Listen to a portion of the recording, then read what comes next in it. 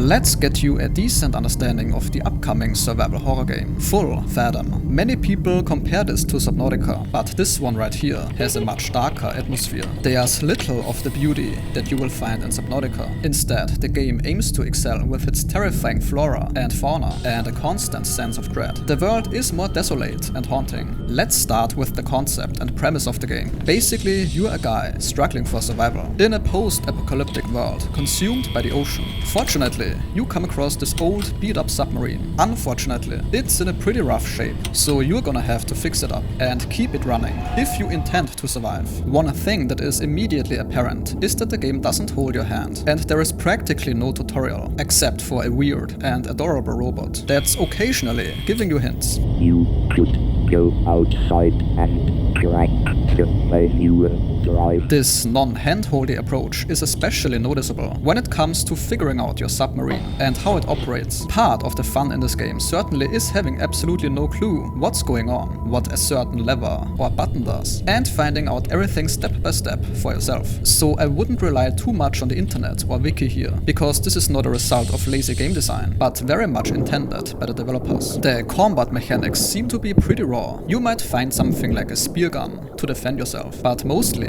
it's about staying alive by managing your health, oxygen and resources. And you must eventually build up your courage and venture into these dangerous waters to get resources that are essential for your survival. And almost as important, the upkeep of your submarine. Submarine maintenance can be a bit overwhelming unless you have some experience with this. You likely won't know much about the buttons and levers, and you will need to manage fuel, air and structural integrity.